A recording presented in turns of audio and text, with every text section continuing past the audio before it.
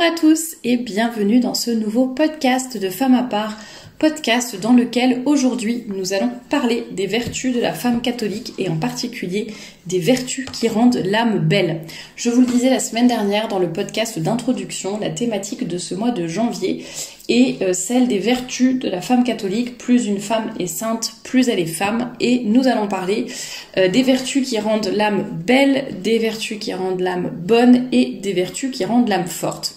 Et donc dans le podcast d'aujourd'hui, nous allons parler des vertus qui rendent l'âme belle, à savoir l'humilité, la pureté et la simplicité. Pour ce faire, je m'appuie, comme souvent, sur le livre du père Bateman, Formation de la jeune fille, qui est paru aux éditions du CSRB en juillet 2023, donc c'est très récent.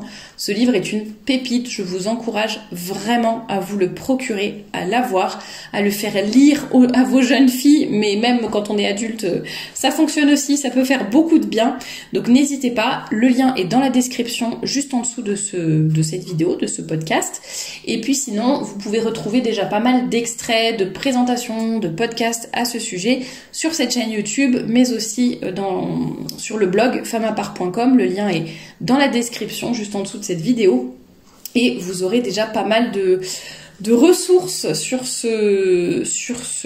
cette thématique et ce sujet de ce livre du père Bateman. Et donc pour ce mois de janvier, je vous l'avais dit, nous allons parler des vertus de la femme catholique et nous allons commencer par l'humilité. Alors ce que j'aime énormément, mais vraiment énormément dans ce livre, c'est qu'il est très structuré. Donc déjà, rien qu'en lisant un peu les chapitres, le titre des parties, le titre des chapitres, des sous-parties, des grands A, petit b, etc. Je trouve qu'on apprend déjà pas mal de choses.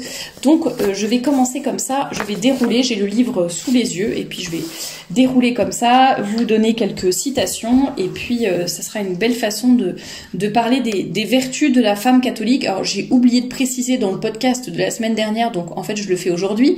Bien sûr il y a des vertus qui s'appliquent totalement aux hommes, hein. Mais comme c'est un livre qui est à destination des femmes et que sur cette chaîne je m'adresse plus particulièrement aux femmes, bon voilà, c'est les vertus de la femme catholique, mais bien sûr que l'humilité n'est pas l'apanage des femmes, la pureté non plus, vous voyez tout ce dont on va parler. Donc bien sûr, s'il y a des hommes qui m'écoutent, vous pouvez aussi grandir et essayer de faire vôtre toutes ces vertus, les faire grandir en vous. Bien évidemment, ça n'est pas l'apanage des femmes, je le répète. Alors attendez, je suis en train d'essayer d'aller jusqu'au bout de ce chapitre. Voilà, comme ça je vais prendre mes petits papiers. Alors, comme je vous le disais, tout est toujours très bien découpé dans ce livre. Et donc pour l'humilité, nous avons déjà qu'est-ce que l'humilité, ensuite les motifs d'être humble, et c'est peut-être tout. Ah non, et les moyens de devenir humble en dernier. Donc vous voyez, très structuré, comme je vous le disais, et c'est ça qui est très appréciable. Alors déjà, qu'est-ce que l'humilité ? L'humilité, dit Lacordaire, ne consiste pas à cacher ses talents et ses vertus, à se croire pire ou plus médiocre qu'on est, mais à reconnaître clairement ce qui nous manque et à ne pas nous enlever de ce que nous avons. En somme, c'est le respect de la vérité. L'humilité, c'est le respect de la vérité. Je ne l'ai pas reprécisé en introduction la semaine dernière. Voilà, encore un manquement de ma part, mais il n'est jamais trop tard pour bien faire. Donc, je le reprécise dans ce podcast. Je l'avais déjà dit pour d'autres thématiques. N'hésitez pas à prendre un papier, un crayon, à vous poser. Je sais que souvent on écoute les podcasts dans la voiture, en faisant du repassage, etc. Mais n'hésitez pas, si vous avez un petit papier ou sur votre téléphone, vous faites une note et puis vous notez un petit peu vous écrivez ce qui vous inspire, la citation qui vous parle, juste une idée comme ça, voilà. L'humilité, c'est la vérité, par exemple. Vous voyez, c'est pas non plus une conférence, enfin si vous voulez tout noter, allez-y, mais sinon essayez de prendre vraiment les idées fortes comme ça, et puis à la fin du mois, quand on aura vu toutes les vertus de la femme catholique, vous aurez quelques notes. Ça peut être juste 4 ou 5 petites phrases par podcast, mais au moins après vous y retournerez plus facilement. On n'a pas forcément envie de réécouter quelque chose qu'on a déjà écouté. Et bon, parfois il y en a qui le font, c'est très bien si ça vous convient ainsi, mais n'hésitez pas juste à prendre quelques notes et à y revenir plus tard. Je trouve que ça permet d'intérioriser un peu plus ce qu'on écoute, d'y être plus attentive et de faire un peu nôtre toutes ces paroles que nous lisons ou que nous écoutons. Donc voilà, l'humilité c'est la vérité, ça n'est pas se dévaloriser pour rien, ça n'est pas dire qu'on est nul, moche, bête et qu'on n'arrivera jamais à rien dans notre vie, ça c'est pas du tout l'humilité chrétienne. L'humilité chrétienne c'est de reconnaître nos qualités, de reconnaître aussi nos défauts et de travailler dessus. C'est la franchise et la loyauté d'une âme qui veut que la vérité soit connue et qu'elle triomphe, même si ce triomphe doit la confondre. Voilà, donc l'humilité c'est vraiment une vertu héroïque que nous devons tous pratiquer, même si c'est assez difficile, puisque finalement notre péché principal c'est l'orgueil, hein. C'est l'orgueil qui nous a fait tomber, et dans le péché avec le péché originel, hein, je parle, et donc on est tous un petit peu orgueilleux au fond de nous. Ça se manifeste de façon différente et à différents degrés chez chacun, mais c'est vraiment la racine un petit peu de tous les péchés. Donc faisons bien attention. Et Saint Bernard disait « L'humilité est une vertu par laquelle on se connaît et on se méprise. » Et pourquoi on se méprise? En fait, parce qu'on connaît nos défauts, on connaît nos péchés. Et c'est vrai, il dit pourquoi beaucoup d'âmes manquent d'humilité? Parce que beaucoup d'âmes ne se connaissent pas.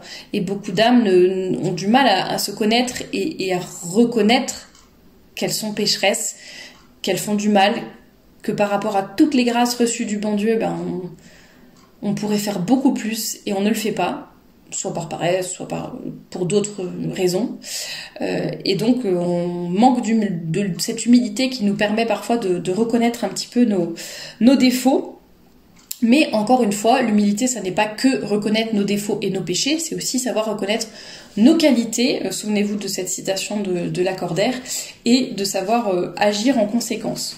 Donc, c'est-à-dire s'appuyer bien sur toutes les vertus les qualités que l'on a reçues, et savoir aussi combattre nos défauts. Alors les motifs d'être humble: Dieu ne donne sa grâce qu'aux humbles.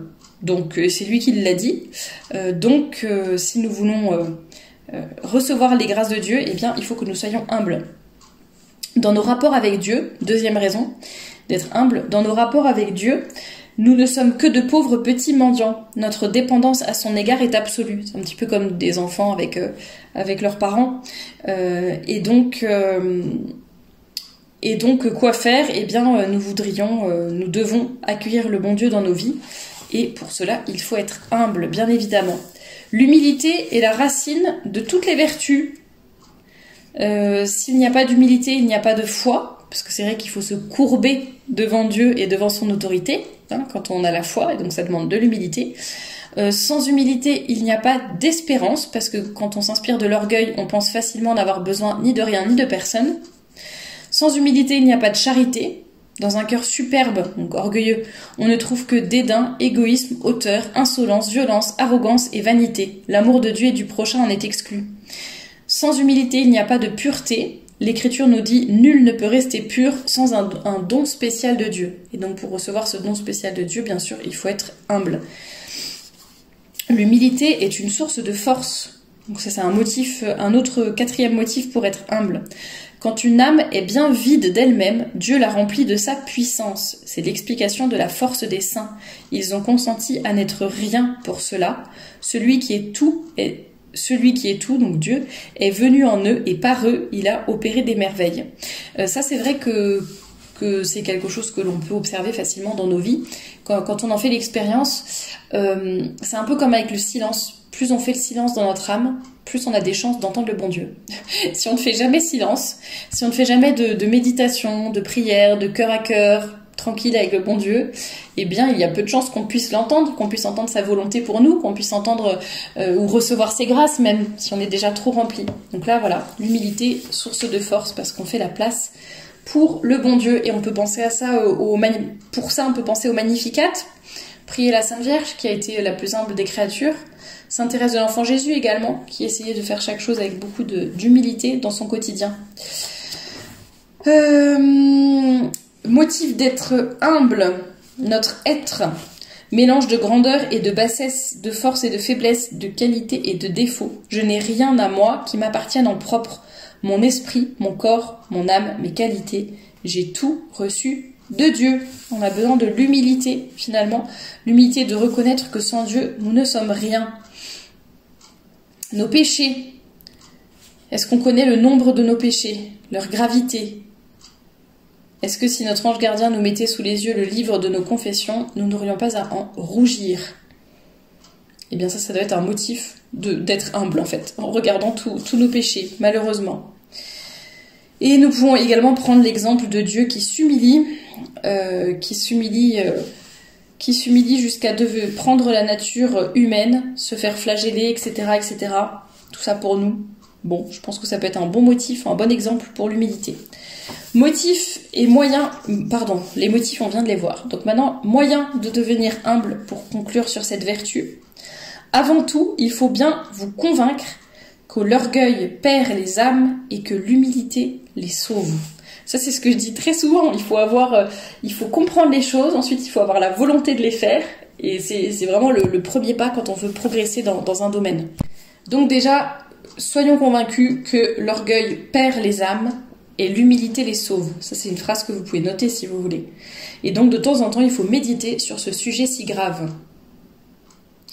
Moyen de devenir humble. Ne parlez jamais de vous, ni en bien, ni en mal. N'attachez pas d'importance au jugement humain. Rien n'est plus faux, plus vide, plus vain et plus changeant. Ça, c'est une phrase pour moi. Quand on est sur les réseaux sociaux, si vous saviez le nombre de phrases, de mails, de commentaires que l'on reçoit, bien voilà, j'essaierai de me répéter cette phrase. N'attachez pas d'importance au jugement humain. Rien n'est plus faux, plus vide, plus vain et plus changeant. Ça ne veut pas dire qu'il ne faut jamais écouter ce que les autres nous disent, ça ne veut pas dire qu'il ne faut pas se remettre en question, ça ne veut pas dire que nous-mêmes, nous n'avons pas le droit de corriger fraternellement quelqu'un, etc., le remettre sur la bonne voie, ça ne veut pas dire ça. Mais en tout cas, si ce sont des compliments, des choses qui sont juste là pour nous enorgueillir, etc., bon, n'y accordons pas trop d'importance, ce qui compte aussi, c'est le jugement de Dieu sur notre âme. Ah, ça j'aime beaucoup, tiens. S'il vous arrive une humiliation méritée, humiliez-vous sans honte. Il est toujours beau et grand de reconnaître ses torts. Et si l'humiliation n'est pas méritée, pensez à Jésus qui se taisait quand ses ennemis l'accusaient faussement. Ça, je vous l'ai déjà dit dans d'autres podcasts ou peut-être des podcasts plutôt sur... on a déjà dû parler d'humilité. Et je sais que, en fait, beaucoup d'humiliation des petites humiliations conduisent à beaucoup d'humilité. Donc si c'est vraiment une vertu sur laquelle vous voulez travailler, essayez de repérer dans vos journées les moments où vous vous faites humilier. Ça peut être plein de choses, hein. Ça peut être quelqu'un qui vous diminue, quelqu'un qui vous regarde de haut, quelqu'un qui suppose quelque chose de mal à propos de vous, dans votre entourage, dans votre travail, etc. Et merci mon Dieu. Merci pour cette humiliation, ça fait bien mal à l'amour-propre, mais dans ces moments-là, je me dis « Oh, merci mon Dieu, ça me permet de travailler mon humilité. » Voilà, et puis ça aide à passer au-dessus des humiliations, donc c'est toujours ça de prix. Réfléchissez, ça rejoint un peu le point suivant, j'ai pas fait exprès. Réfléchissez le matin aux occasions que vous pourrez avoir de pratiquer l'humilité. Ne passez pas un seul jour sans en produire au moins un acte intérieur ou extérieur. Prenez comme vertu favorite l'humilité, demandez-la à Dieu jusqu'à l'importuner. Dans vos habits, soyez simples et modestes. Il vous est permis d'être bien mise, avec une certaine élégance, même si vous le voulez, c'est de votre âge. Ah oui, puisqu'il s'adresse aux jeunes filles dans son livre. Mais n'affichez pas des parures extravagantes et ne méritez jamais cette malicieuse apostrophe que s'attira une femme coquette. Oh, habitante d'une grande robe, que vous êtes petite en réalité. Et bam, bon, ok. Donc modestie dans le vêtement aussi, ça peut aider à l'humilité. Mettez-vous au pied du bon Dieu comme un tout petit enfant ou comme un mendiant. Dites souvent comme Marie, voici la servante du Seigneur, qu'il me soit fait selon votre parole, et faites tout ce qu'il vous demandera. Quelle grandeur malgré votre petitesse d'être la servante de Dieu. Priez, demandez à Dieu donc d'acquérir cette vertu. Jésus, doux et humble de cœur, rendez mon cœur semblable au vôtre, par exemple. Ça peut être une prière jaculatoire que vous pouvez faire. Et quand la lutte sera dure, je termine par cette phrase qui est la dernière phrase de ce chapitre. Quand la lutte sera dure, méditez cette parole que notre Seigneur dit à une sainte. Mon enfant, en enfer, il y a beaucoup de vierges, mais il n'y a pas une seule âme humble. Donc voilà, ça rejoint ce que je disais en introduction, puis la semaine dernière. Si vous voulez trouver le bonheur du ciel, acquérir le bonheur du ciel, eh bien, travaillons, si nous voulons avoir ce bonheur, travaillons sur notre humilité. C'est pas facile, mais quand on y pense, c'est pour ça que je dis, c'est un petit peu pour tout le monde, c'est pas juste pour les catholiques, mais vous voyez, sur l'humilité par exemple, rien que le fait de voir comme ça les humiliations, de les prendre de ce côté-là, bah, ça peut aider tout simplement à passer au-dessus de certaines choses, à ne pas s'enfermer dans la rancune, voilà. Bon bah écoutez, cette humiliation fait travailler mon humilité. Ça ne veut pas dire qu'il faille accepter toutes les humiliations non plus et se faire insulter et cracher dessus toute la journée sans rien dire. Il faut de l'équilibre comme dans toute chose.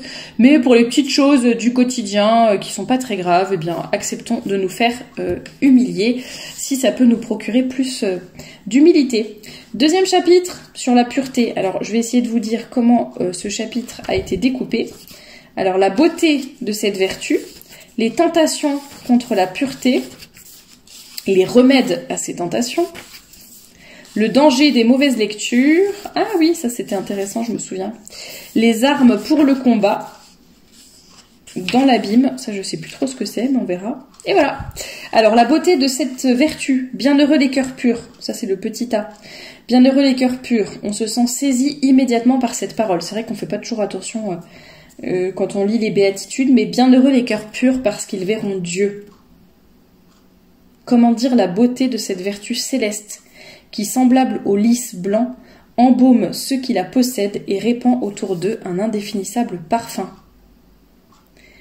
Elle est belle, c'est une vertu qui est belle et que Dieu a voulu trouver sur la terre. Pour s'incarner, il s'est trouvé un tabernacle, c'est la Sainte Vierge. Elle est belle, c'est la vertu apportée par Jésus. Elle est belle, au ciel, elle a une place à part. Elle est belle, l'impiété elle-même ne peut s'empêcher d'y applaudir. Ça c'est vrai et on en l'a déjà vu dans plusieurs témoignages notamment. Puis bon, parfois c'est des témoignages que vous me faites en privé ou à la sortie de conférences, etc. Mais que même lorsque vous êtes notamment au travail, avec un entourage, enfin dans un contexte qui est vraiment athée, un peu anticlérical, avec des gens qui font des blagues un peu graveleuses et lourdes toute la journée. Et vous êtes nombreuses quand même à me dire que la pureté, c'est quelque chose, que ça se ressent, que les autres ressentent un petit peu cette pureté, cette chasteté, cette modestie, cette décence sur vous, que ce soit dans vos paroles, dans votre attitude, dans vos vêtements, et que ça met quand même une barrière, donc déjà un respect évidemment que vous allez recevoir, mais aussi les gens vont aussi attendre beaucoup de vous. Ça c'est Anne-Claire qui en a parlé dans l'entrevue pétillante qu'on a faite quand on parlait de l'apostolat, l'entrevue pétillante sur l'apostolat vers mi-décembre, vers le 11 décembre je crois. Eh bien elle parlait justement de ces expériences où on lui avait déjà dit, donc c'était dans le milieu hospitalier, ah non Anne-Claire, pas toi. Quand il y avait par exemple un gros mot qui lui échappait, ah non Anne-Claire, non, pas toi quand même. Vous voyez, c'est typiquement ce genre de choses, ça rejoint ça. L'impiété elle-même ne peut s'empêcher d'y applaudir, d'applaudir devant la pureté. C'est exactement ça. C'est la vertu la mieux récompensée. Elle donne au visage une modestie sereine qui a quelque chose d'angélique. Elle donne au regard une limpidité charmante. Elle donne au cœur une tendresse, une flamme sacrée que seule elle peut entretenir. Elle donne à la volonté une puissance remarquable par la lutte continuelle qu'elle exige. Bon, voilà, il y a un peu toute la liste des récompenses attachées à cette vertu. C'est une vertu angélique et c'est un triomphe, le triomphe de la foi et le triomphe de l'amour. Les tentations contre la pureté. Donc évidemment, l'auteur précise que c'est une vertu qui est particulièrement belle et qui est donc particulièrement attaquée et que le monde et le démon se liguent en mobilisant contre la pureté toute leur puissance et toute leur séduction. Donc faisons attention à cela. Donc ne nous étonnons pas, en premier, ne nous étonnons pas de ces tentations. Ne nous troublons pas devant ces tentations. Restez calme. Une des choses, je parlais en introduction de la paix intérieure. Justement, le démon va essayer va tout faire pour nous enlever cette paix intérieure qui va beaucoup nous troubler, notamment ces tentations, etc., qui peuvent nous troubler et nous éloigner de Dieu. Ne nous plaignons pas de ces tentations. Et quelque chose d'intéressant, la tentation est un grand bien, et souvent un grand bien. Elle nous aguerrit, elle donne l'occasion de prouver à Dieu notre amour, Elle nous fait faire des sacrifices et enfin elle nous rend humbles et elle nous fortifie dans la vertu. Je trouve que c'est très encourageant pour toutes les personnes qui luttent pour la pureté à différents niveaux. Ça peut être vraiment des péchés véniels, j'allais dire comme... non, je crois que en termes de pureté, c'est souvent des péchés mortels. Mais bon, peu importe. En tout cas, ça peut être des luttes petites comme des grands combats sur plein de sujets différents. Et donc ça, je trouve que c'est vraiment très encourageant, ces propos sur la tentation, les tentations que nous pouvons avoir contre la pureté. Donc elle nous aguerrit, je répète, parce que je trouve ça important. Elle nous donne l'occasion de prouver à Dieu notre amour. Elle nous fait faire des sacrifices et elle nous rend plus humbles et nous fortifie dans la vertu. Ensuite, il y a un petit passage sur le fait que sentir n'est pas consentir, comme disait saint François de Sales. Notre cœur est comme un miroir. Et si la tentation dure longtemps, eh bien qu'importe, doit-elle durer toute la vie, elle ne serait pas pour autant un péché, donc ça reste une tentation. Bon, après, il reparle justement le discernement par rapport au péché mortel, etc. Moi, ce que je vous invite à faire, c'est vraiment, en fait, de vous confesser avec le plus de simplicité possible, donner des circonstances, des explications sans rentrer beaucoup trop dans les détails, mais d'expliquer quand même un petit peu. On ne dit pas juste j'ai péché par impureté, voilà, sauf si c'est votre confesseur habituel, qui sait de quoi il s'agit, etc., qui n'a pas toujours besoin de répéter. Mais si c'est un nouveau prêtre à chaque fois, je sais que ça dépend, il y a des personnes qui se confessent, qui n'ont pas toujours la possibilité de se confesser au même prêtre. Mais effectivement, il faut quand même donner des précisions pour que le prêtre puisse savoir de quoi il s'agit. Et le prêtre peut vous aider également dans votre discernement, pour savoir si c'était péché ou pas, volontaire ou pas, consenti ou pas, etc. Les remèdes à ces tentations contre la pureté. Eh bien, en tout premier, priez Dieu, bien sûr, sans le soutien spécial de sa grâce, on ne peut pas conserver la pureté. Ensuite, surveillez nos regards. Bon, ça j'en ai déjà parlé dans plein de podcasts, donc je ne vais pas aller plus loin. Gardez un grand calme, changer d'occupation, fuir l'occasion, ne pas jouer avec la tentation. Gardez beaucoup d'humilité. La tentation est une humiliation. Acceptons-la de bon cœur, elle nous fera du bien. Ça rejoint un petit peu ce qu'on disait... ce que l'on disait un petit peu dans le chapitre donc sur l'humilité. Garder la confiance, mépriser la tentation, etc. Alors après, il parle du danger des mauvaises lectures. Il dit lire, c'est manger. Et une lecture laisse toujours des traces, donc il faut faire attention. Il parle notamment de certains romans qui ne sont pas forcément mauvais en soi, mais qui vont trop exalter l'imagination ou pervertir l'intelligence ou ravager le cœur. Bon, ça c'est surtout à destination des femmes. Et c'est vrai que moi j'ai remarqué quand on est dans des romans, parfois on est vraiment mais tellement à fond, on est dans un autre, complètement dans un autre... on est sur une autre planète quoi, et même parfois après quand on revient si on était vraiment à fond dedans, qu'on a lu toute la journée, etc. Après quand on sort de notre bouquin, on peut se retrouver, on est encore un petit peu ailleurs quoi. Et donc je dis pas que c'est toujours mauvais et forcément mauvais, mais c'est vrai qu'il y a un jeu qui se fait sur l'imagination, sur notre intelligence, notre cœur, etc. Donc quand même faisons vraiment attention à nos lectures, parce qu'en plus si ce sont des lectures mauvaises, bien évidemment ça va être encore pire. Mais de façon générale, certaines lectures peuvent vraiment nous emporter trop loin quand même. Donc faisons attention. Les armes pour le combat, eh bien la mortification. Saint François de Sales disait « Si je caresse mon corps, il me tue. Si je le tourmente, je souffre. » Et pourtant, il le faut bien. La lutte est partout, etc. Bon, faisons attention, faisons des mortifications volontaires pour justement nous aider dans ce combat pour la pureté. La vigilance, deuxième point. Troisième point, la Sainte Communion, que le Concile de Trente appelait le remède de la concupiscence. Je ne savais pas. Donc faisons attention à cela, communions régulièrement, confessons-nous régulièrement aussi, et enfin une dévotion filiale à la Vierge Marie. En suivant Marie, dit saint Bernard, vous ne pouvez pas vous égarer. En la priant, vous ne pouvez pas désespérer. En pensant à elle, vous ne pouvez pas perdre. Vous ne pouvez vous perdre. Donc en suivant Marie, vous ne pouvez pas vous égarer. En la priant, vous ne pouvez pas désespérer. Et en pensant à elle, vous ne pouvez pas vous perdre. Elle vous soutiendra, etc., etc. Je vous laisse vous procurer ce livre pour avoir la suite et pour avoir vraiment tous les détails. Là, ce que je suis en train de vous dire, vraiment, je vous lis une phrase sur 15. Donc, je vous lis une phrase par page. C'est juste pour que vous ayez un peu une idée générale, que ça vous donne envie de connaître et de pratiquer ces vertus. Mais vraiment, je vous invite à vous procurer ce livre. Et je vais passer directement au chapitre 3, parce que sinon, ce podcast sera trop long. Ça va être un peu plus court de toute façon, sur la simplicité. Donc ce qu'est la simplicité et les ennemis de la simplicité. Notre Seigneur, donc le chapitre commence avec une phrase de Notre Seigneur qui prenait un enfant et le plaça devant lui et dit « En vérité, je vous le dis, si vous ne devenez pas semblable à cet enfant, vous n'entrerez pas dans le royaume des cieux. » Que remarque-t-on le plus dans l'enfant? N'est-ce pas sa candeur, sa simplicité? Il n'a aucune ruse, il dit ce qu'il pense, il croit ce qu'on lui dit, il va bonnement, franchement, tout droit. Voici notre modèle. Ce qu'est la simplicité. Alors ça j'aime bien, je pense que c'est une phrase à noter. Une vertu par laquelle on va droit à Dieu, droit à la vérité et droit au devoir. Donc aller droit à Dieu, faire tout pour lui. Dans la simplicité, il est le principe et la fin de nos actions. Aller droit vers la vérité. Il faut avoir cette franchise, que notre parole soit équivalente presque à un serment. Ensuite, aller droit au devoir, tout sacrifier pour le bon Dieu s'il faut, et j'ajouterais ne pas faire de compromis non plus.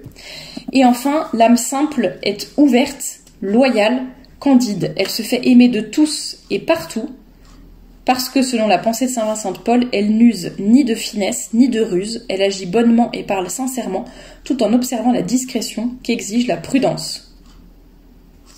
Voilà pour l'âme simple. Soyez simple dans vos pensées, soyez simple dans vos paroles, soyez simple vis-à-vis de Dieu et soyez simple vis-à-vis du prochain. Les avantages que procure cette vertu, elle n'a qu'une seule vue, un seul regard, une seule intention, un seul désir, un seul but, Dieu et sa volonté. Voilà. Et je trouve ça beau je ferai la conclusion après, je vais pas faire la conclusion maintenant. Voilà, donc les avantages de la vertu de simplicité, Dieu l'aime, tout le monde l'aime, elle est pleine d'assurance, elle est heureuse. La joie d'ailleurs, on en parlera dans le prochain podcast. Les ennemis de la simplicité, la vanité bien sûr, qui fait beaucoup d'élucubration, d'orgueil et de complications aussi. Ayez la simplicité de rester vous-même. Deuxième deuxième ennemi de la simplicité, le mensonge, bien sûr. Là, c'est marrant, il donne tous les différents mensonges, le mensonge vaniteux, le mensonge vantard, le mensonge intéressé, le mensonge pernicieux, etc. Rappelez-vous toujours que le mensonge est l'arme des faibles. Tiens, s'il y a une chose à noter. Et donc, entre guillemets, autre ennemi de la simplicité, c'est l'hypocrisie. Donc le mensonge est avilissant, mais l'hypocrisie est particulièrement odieuse parce on cache sa propre malice. Voilà. Donc ne soyons pas esclaves de l'hypocrisie. Soyons ce que nous sommes en réalité et montrons-le devant les autres. Soyons franches, ayez la franchise de vous montrer tel que vous êtes. Vous ne pouvez pas tromper Dieu, quant au prochain, vous ne pouvez pas le tromper longtemps. Voilà. Et ce que je voulais dire par rapport à cette, un peu comme conclusion de ce chapitre, c'est que vous voyez, tout est un peu concomitant entre l'humilité, la pureté et la simplicité. Tout se recoupe finalement. Alors on peut pas, ça ne sert à rien de vous dire bon allez, hop, à partir de demain, je travaille toutes ces vertus, je fais tout en même temps, je fais plein d'efforts, etc. Parce que c'est le meilleur moyen de ne rien faire finalement. Donc allez-y petit à petit.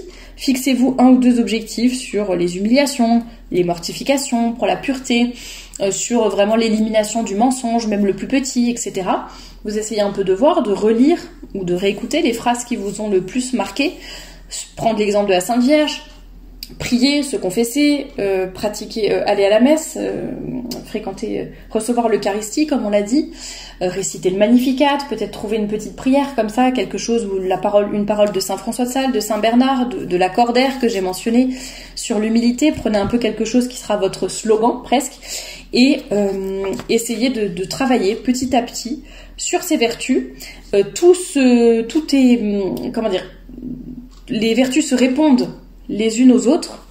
Donc prenons cela en compte et n'oublions pas aussi, en tout cas moi c'est ce qui ressort beaucoup je trouve à la lecture de ces chapitres, qu'en fait la vertu nous fait rayonner, que quand on est simple, quand on est pur, quand on est humble, et bien en fait la vertu se voit presque sur notre visage, j'allais dire. Alors le but c'est pas je vais pratiquer la vertu pour que ça se voit et pour que j'ai l'air rayonnante, c'est pas ça, mais en tout cas je trouve que ça donne vraiment une paix intérieure qui se ressent à l'extérieur, qui fait rayonner. C'est aussi un moyen de faire de l'apostolat.